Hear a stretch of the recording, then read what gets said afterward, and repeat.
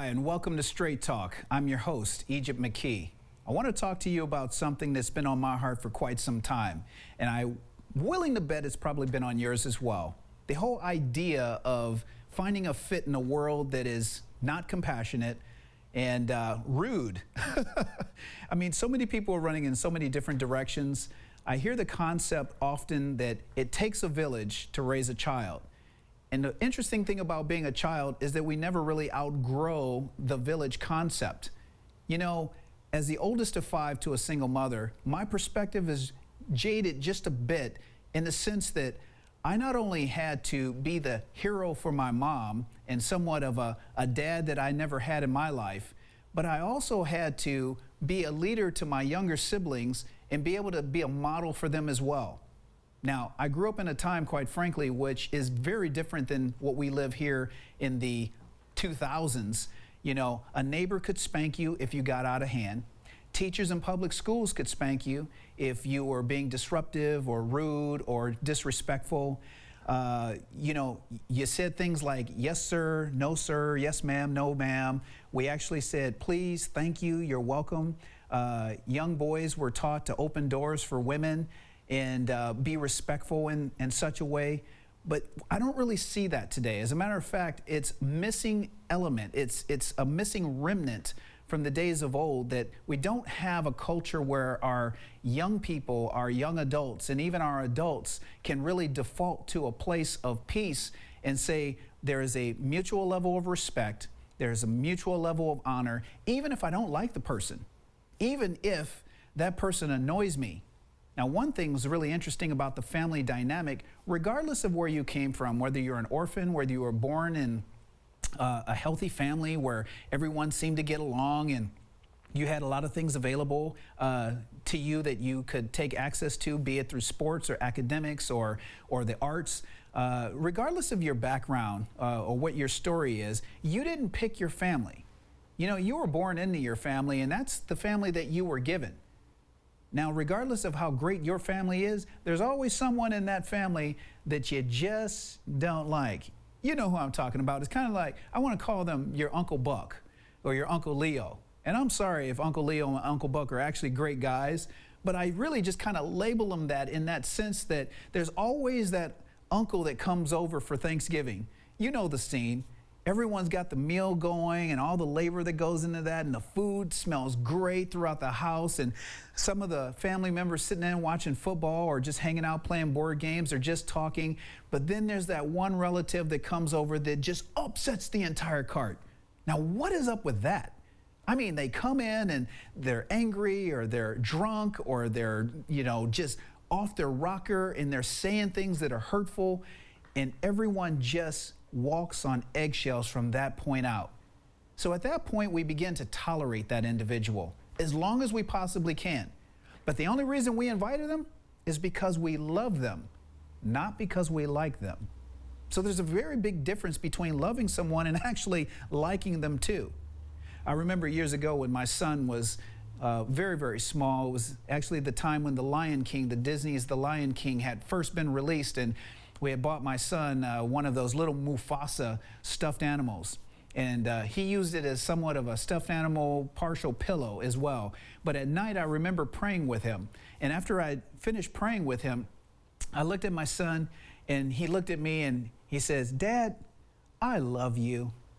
And I was kind of like, oh man, that's my boy. You know, I was feeling a proud moment as a daddy, because here's my son and he's holding his little Mufasa stuffed animal with the little furry mane out of his arm, coming out of his arm. And he was thinking, and I knew he was thinking, I'm like, what in the world could he be struggling with? What's he thinking about? And he says, "And I like you too." And I thought that was the coolest thing. My son loves me and he likes me. Wow, can you imagine those two combinations coming together? He loves me and he likes me. I have to wonder about some of you parents out there. This show is made exclusively for you, specifically the moms and the wives. You know why? Because I always say that moms are the CEO of balance in the home. You know, years ago, I remember watching football, and when a guy would score a touchdown, he would always kneel down and he would pray or something, and then he would get up and he would look in the camera and he would say, "Hi, Mom." But I never heard anybody saying, "Hi, Dad." What's up with that? Dads just get no props. I don't know what's going on, but moms are the CEO of balance. And you all know that because there is an international rule. At least it applies to my house. I don't know if it applies to yours, but it goes like this. If mama ain't happy, ain't nobody happy. You heard me? When mama's mad, everybody's mad. So you know you need to get out the way. So when mama's mad, we all just kind of sneak out the house. We don't even want to be around. We let her calm down and kind of get things back in order. But that is a key component to the balance in our house. Now, some of you married wives and your moms, and you're taking care of your kids and doing homework and cleaning diapers and running around, and you got macaroni and cheese all over the floor, and you're trying to prepare for the next meal, and you got laundry, and the TV's running and the water's running, and you're trying to deal with your husband, and you got bills to pay, and you got all this junk that you're just juggling in life, and you're just trying to fit in and find your groove, and you feel out of control. Especially if it's your first child and they're just a toddler.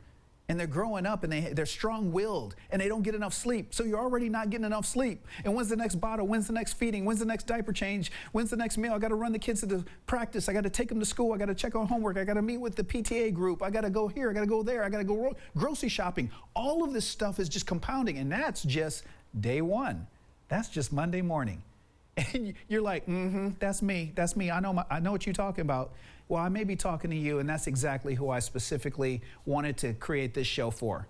I want to encourage you. There's three core areas that I want to encourage you about building up your village. The village concept is a very interesting one. It's one that I learned years ago when traveling throughout Africa, Central Africa, very specifically from East to West Central Africa. And one thing I learned about the village concept is that the village takes on a responsibility to raise a child for various reasons. It could be for reasons of disease, be it HIV/AIDS. It could be for civil war. It could be for drug abuse or death or whatever the case may be. But there were numerous moms and dads that were not in the equation. So the idea of having a mother and a father raise you was not always common.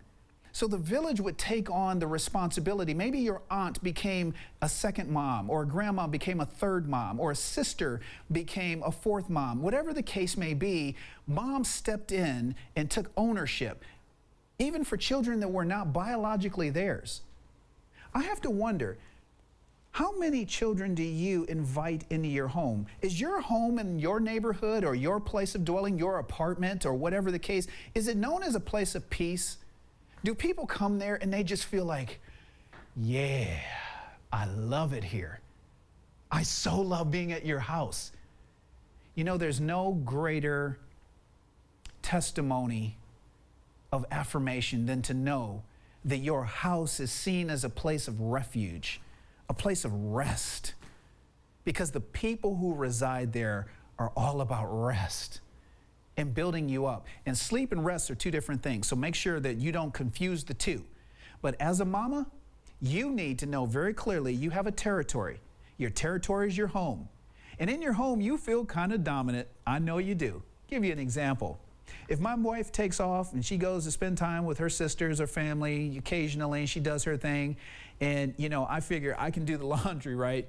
I do it my way. 9 loads goes into 1 load with a teaspoon of water and a box of soap, and that's good. That's how we do it. We save on water, And all kidding aside, I actually do know how to wash clothes and iron and all the domestic things because I was trained at a young age.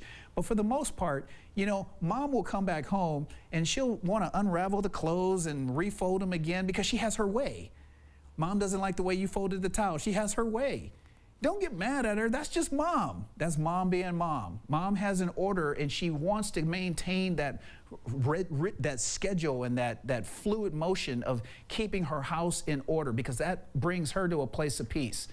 But ultimately, the kids grow up and she wants to offload and really push down some of that responsibility so they can own up and do things like empty trash, cook meals, clean up, mop floors, and whatever, those kinds of domestic chores. And you know what? People really need to know how to do that. Not only the husbands need to know how to do that and cook for yourselves and provide for yourselves, but provide for your family as well. It's more than just working, more than just doing those things. So I would encourage you, get a list of paper. I'm big on this. I'm big on you sitting down and self-reflecting upon your own life and the things that exists within your own territory.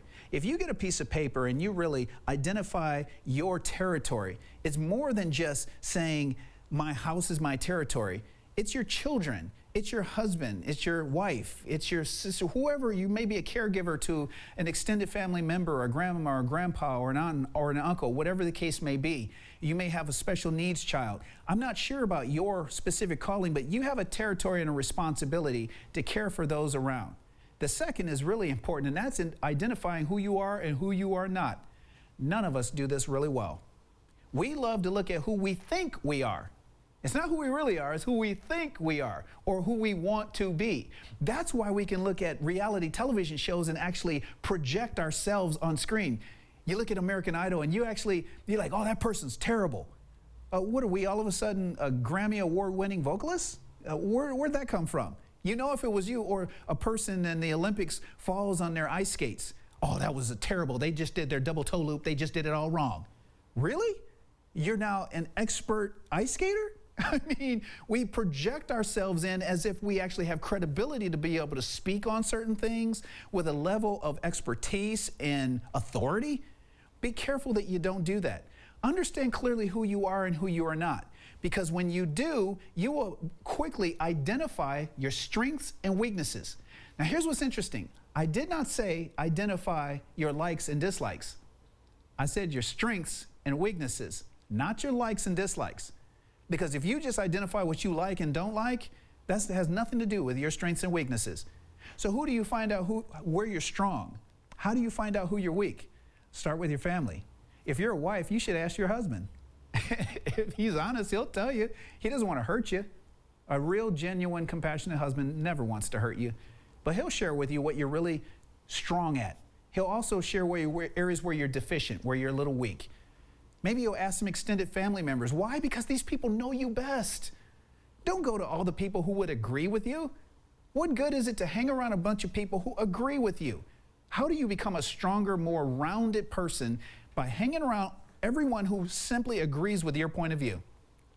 You know, we're making that mistake even in our political landscape throughout the country, throughout the world for that fact. Culturally, we're doing that. We're only navigating and surrounding ourselves with people we think will affirm us. And the first person that comes by and says, I disagree with that, I absolutely vehemently think that what you're doing is wrong or what you believe is wrong, and then we all get bent out of shape. We all get our panties in a tussle, and we just get all angry. And we just want to start going off and screaming and tearing the house down. Listen, you're better than that. I think if the message is just grow up, just straight up grow up. Take on a place of maturity and ownership and know that you're better than that. Identify your strengths and weaknesses and then take ownership for your roles and responsibilities. You gotta own it. It's yours. You know what I love about, when our children were younger, one of the coolest things is my kids would always want to be like, hey, I want to go down to such and such's house, or I want to go down to such and such's house. And it was way down the street. And you were like, no, why don't you invite them here? Now, at the time, we were blessed to have a swimming pool in our property, and it was a great thing, and it was a great attraction. Kids were at our house all the time. Yes, for the pool, but there were plenty of times where they came and did not want to get in the swimming pool. They just wanted to hang out at our house. Our house was known as a sanctuary. It wasn't some place where they felt uncomfortable. They just loved hanging out there. They loved hanging out with my kids and playing and just being there. There's something about being with people that you just love hanging with. And when you take ownership for who you are and who you are not, I gotta tell you, things change. And in all of that, you need to know your limitations. Your limitations are key, because your limitations will, knowing that and actually drawing a line in the sand and saying, I simply can't go beyond this point. I cannot stay up after X hour. I am not functional in the next day. Or I am ornery. I am just, my equilibrium's off. You need to know how much you can stand, and then don't get up on the line, get out. Take a break and know when to say when. This is a key principle of life. And third and finally is one of the big things that's really, really important to me, and that's establishing boundaries. Now, you know what's really interesting? When you drive out on the highway, you can get out on the Interstate 10 and just start heading east. You'll end up on the East Coast eventually. But the truth of the matter is you're going to pass a lot of towns, a lot of remote places, and you're driving along these towns and you see a lot of open land. You see no fence lines, you see no property lines drawn with paint in the sand or in the dirt or whatever, but you see signs, real estate available, 350 acres, and you just keep driving. It's not important to you because you never really pay attention to the sign. But the truth of the matter is there's just a bunch of open land without boundaries, without fence lines, without borders. A lot of us live our lives that way. We actually think somehow that it's okay to just wing it in life. Maybe you're that person who wings your checking account. You just spend money until it feels a little uncomfortable, until you get that decline notice the next time you are buying groceries or buying gas. You don't want to live your life deficient that way. I have to wonder, when I'm in the grocery store and I'm looking at some food that I want to purchase, we are accustomed to looking at the ingredients label, the nutritional facts.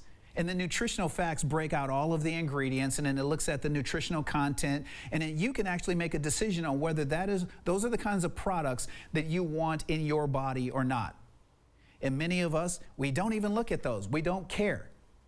Now, what if there were rat poison in there and you got sick and someone said, well, why did you buy that? Well, because I always buy that. Well, see, a lot of us have been feeding in the bottom dwelling. We've been feeding that way, so we have no boundary. We have no fence line. We have no fence line to keep threats out, and we have no fence line to protect that which is right and what is good and noble and just. We don't protect those things.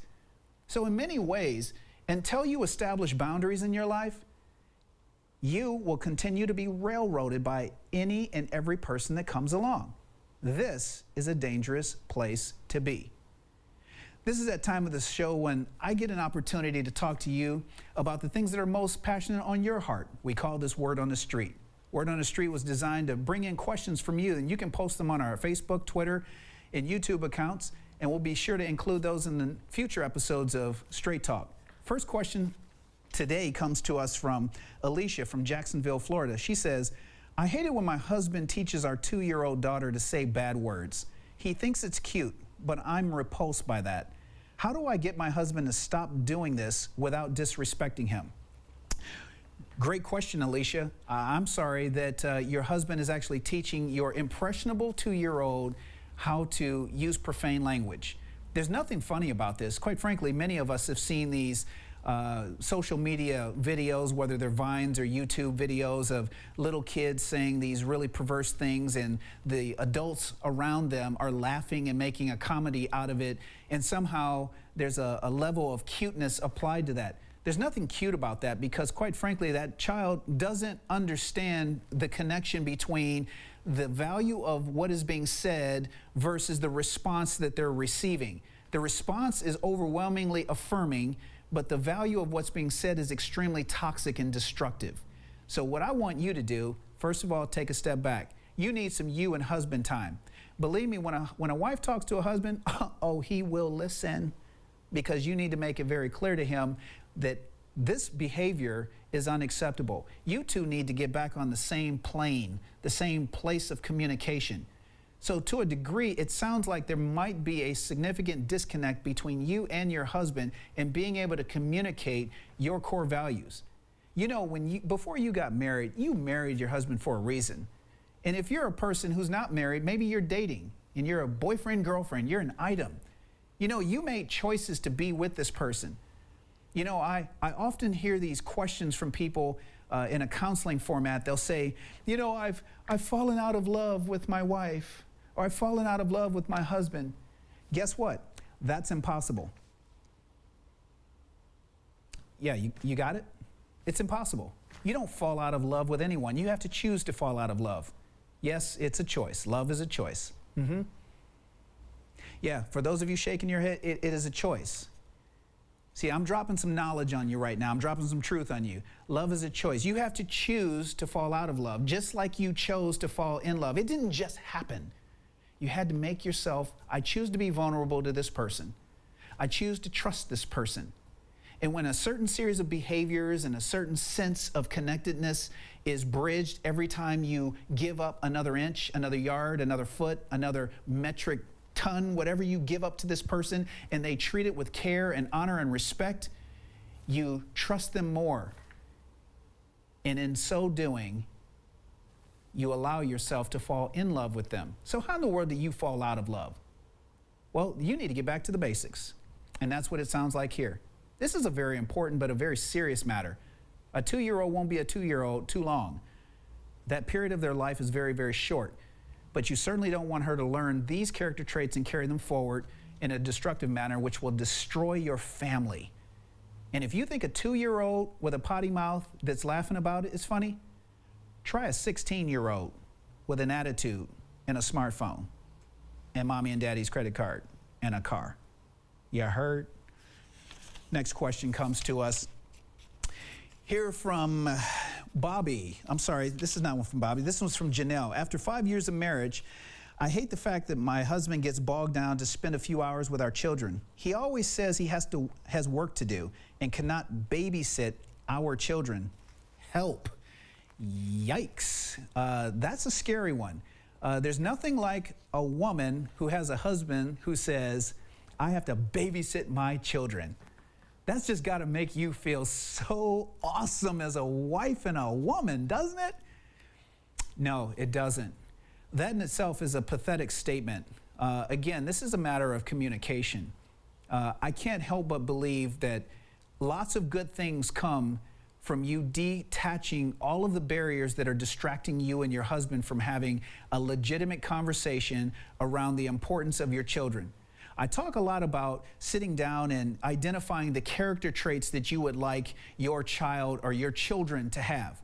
For instance, let's say you have little Bobby, okay? So Bobby, your son, and you say, we want Bobby to be to have humility. We want that to be his legacy. We want him to be a compassionate person. We want him to be a generous person. We want him to be a leader. We want him to be a visionary. Okay, well, if those were your top 5 things, do you not understand a person, if you want humility to be in your son, you're going to have to actually demonstrate humility so that your son can model that humility. If you want your son to be generous, then why are you a cheapskate when it comes to giving tips when you go out for a family meal?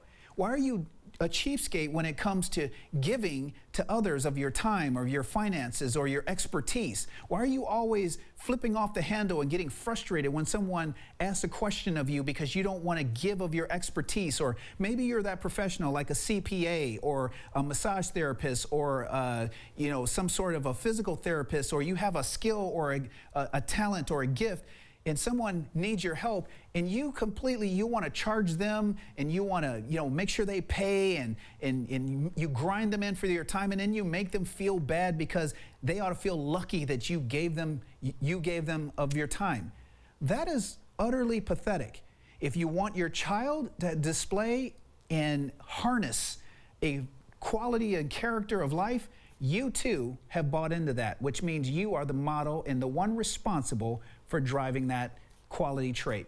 So communication, get back to the table, sit down and determine what you and your husband would like the character to be in your children, and then figure out how you're going to demonstrate that and raise your child to mimic that very thing. Our next question comes to us from Bobby, and he's from Palo Alto. He says, my wife and I are both 28 years old and have been married for 7 years. We both work hard to ensure our family always have the best things. I'm starting to feel like my wife is a roommate and that our marriage is a transaction. What can we do to get back to the way it was earlier in our relationship?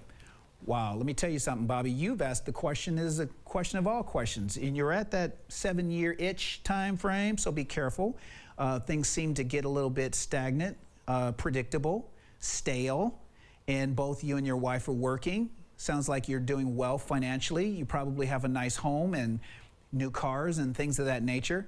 Those things are completely fine. The problem is worshiping those things. The problem is investing a sense of value that those things actually mean something. They're just things. Believe me, someday you'll ultimately sell those things and someone else will own those. So it's just a temporary part of life, and you've got to understand that. The bigger thing is, I have to wonder this: what's more important to you?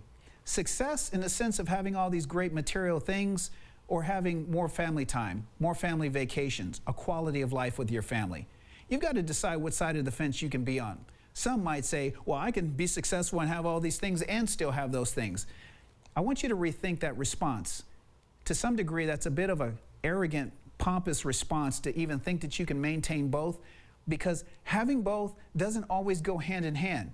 The rule, that's more of an exception than it is the rule. I want you to really look at how much you're going to personally invest in your marriage relationship and go back to the things that brought you and your wife, that allowed you to hunt for her, to chase her, to win her, and get back to those simple things. I don't know if it's sending roses to her job. I don't know if it's picking her up for your date night weekly. If you're not having a date night weekly, you really need to get on that quickly, build that into your schedule. You know, your wife needs to get to a point she puts on her makeup, gets her heels out, gets her clothes on, gets her mani and pedi, and she's looking forward to this date that she gets to have with her husband. How exclusive and incredible relationship that would be. If you get back to the basics, I think you will see the results that'll change your life for a lifetime. Okay, before I wrap up here today, I want you to know that I want to hear from you. Connect with us on social media. I'm out there on Facebook, YouTube, Twitter, Instagram. You can catch us out on Facebook. I want you to like us at Egypt Speaks. If you connect with us and post your questions with the hashtag Egypt Speaks, I'd like to be able to include not only your questions in some future shows, but I'd like to be able to respond to you personally. Our team of folks that come together have a heart for you, and we're listening to you. Why? Because it's not many places in life where you can turn on a television set and feel like that person hears my heart. They're listening to what's important to me, and I don't hear anyone on television talking about these very things. Well, that's all the time that I've really got for today.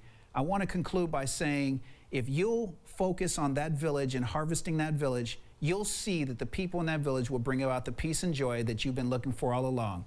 I'm Egypt McKee. Catch us next time on Straight Talk.